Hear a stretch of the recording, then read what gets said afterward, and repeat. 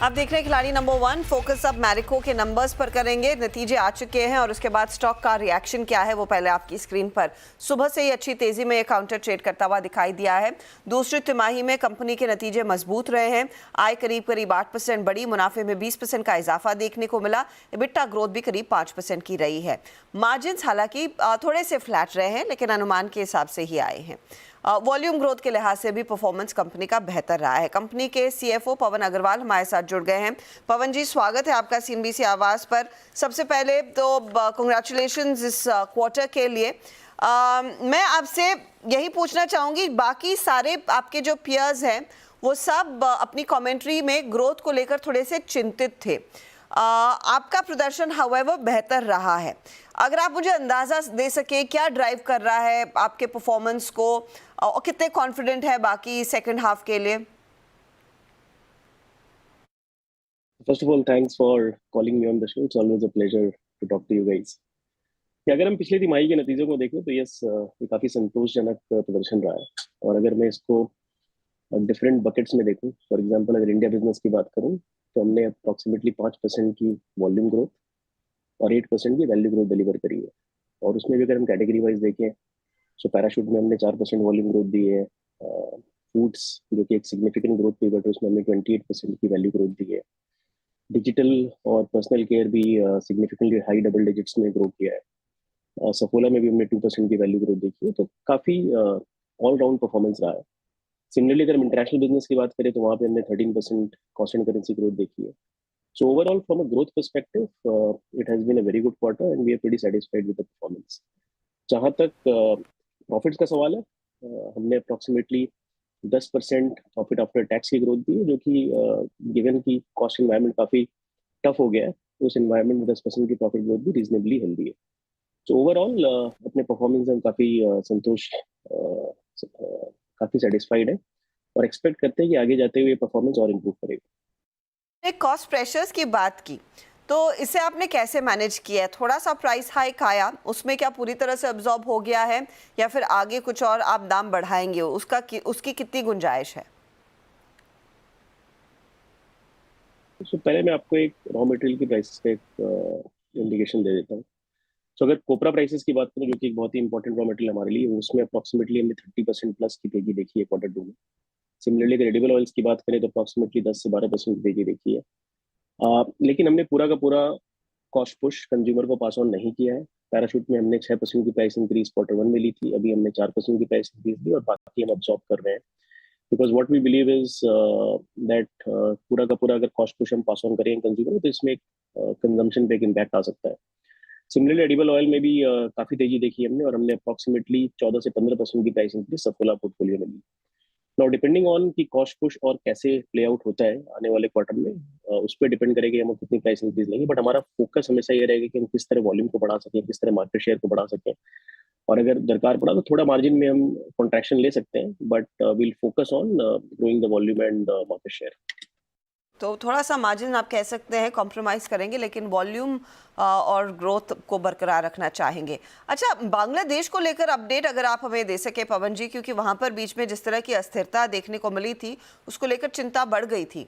क्या पूरी तरह से रिकवर हो चुका है मार्केट वहाँ का? So I would say it is now largely normalized. Yes, approximately 5-7 दिनों के लिए ऑपरेशंस काफी इम्पैक्टेड थे, बट इसके बावजूद अगर आप हमारी बांग्लादेश का परफॉर्मेंस देखें तो हमने 8% की ग्रोथ दी है इन अ टफ एक्सटर्नल एनवायरनमेंट और अच्छी प्रॉफिट ग्रोथ भी दी है। तो बांग्लादेश, चूंकि हम वहाँ पे काफ़ी स्ट्रांग है, हमारी मार्केट शेयर काफ़ी स्ट्रांग है, हमारी डिस्ट्रीब्यूशन काफ़ी स्ट्रांग है, तो हमको ऐसा लगता है कि अगर वातावरण डिफिकल्ट रहे उसके बावजूद भी, चूंकि हमारी स्ट्रेंथ इतनी ज़्यादा है, we would be able to deliver decent performance going ahead as well.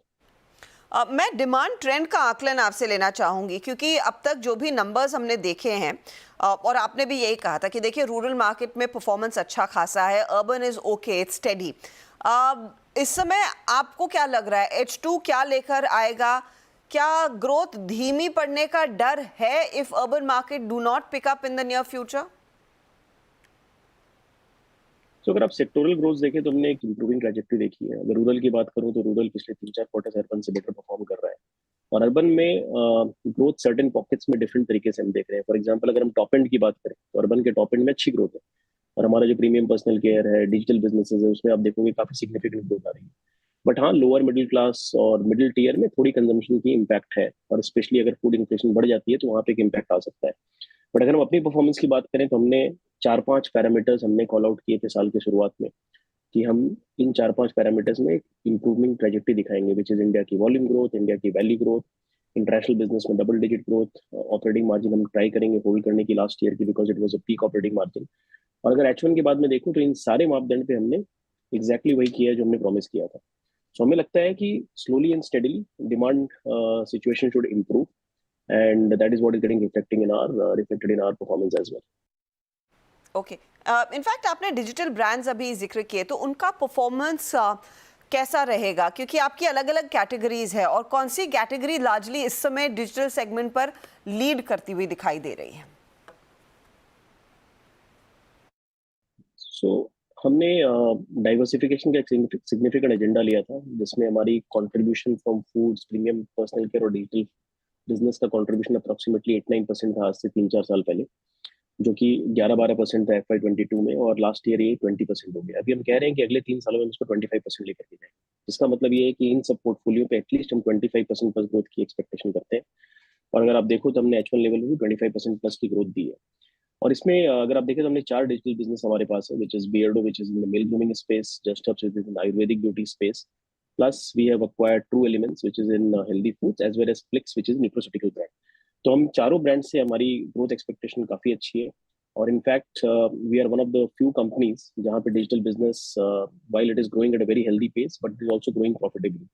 For example, Beardo, we expect that this year it should deliver double-digit operating margin, और हम ऐसा उम्मीद करते हैं कि अगले 3 सालों में ये टोटल डिजिटल बिजनेस आज के स्केल से 2x हो सकता है, and at the same time this businesses can deliver double-digit operating margin. So we are pretty gung-ho about digital businesses, which is helping us in terms of diversification of the portfolio as well as growing profitably.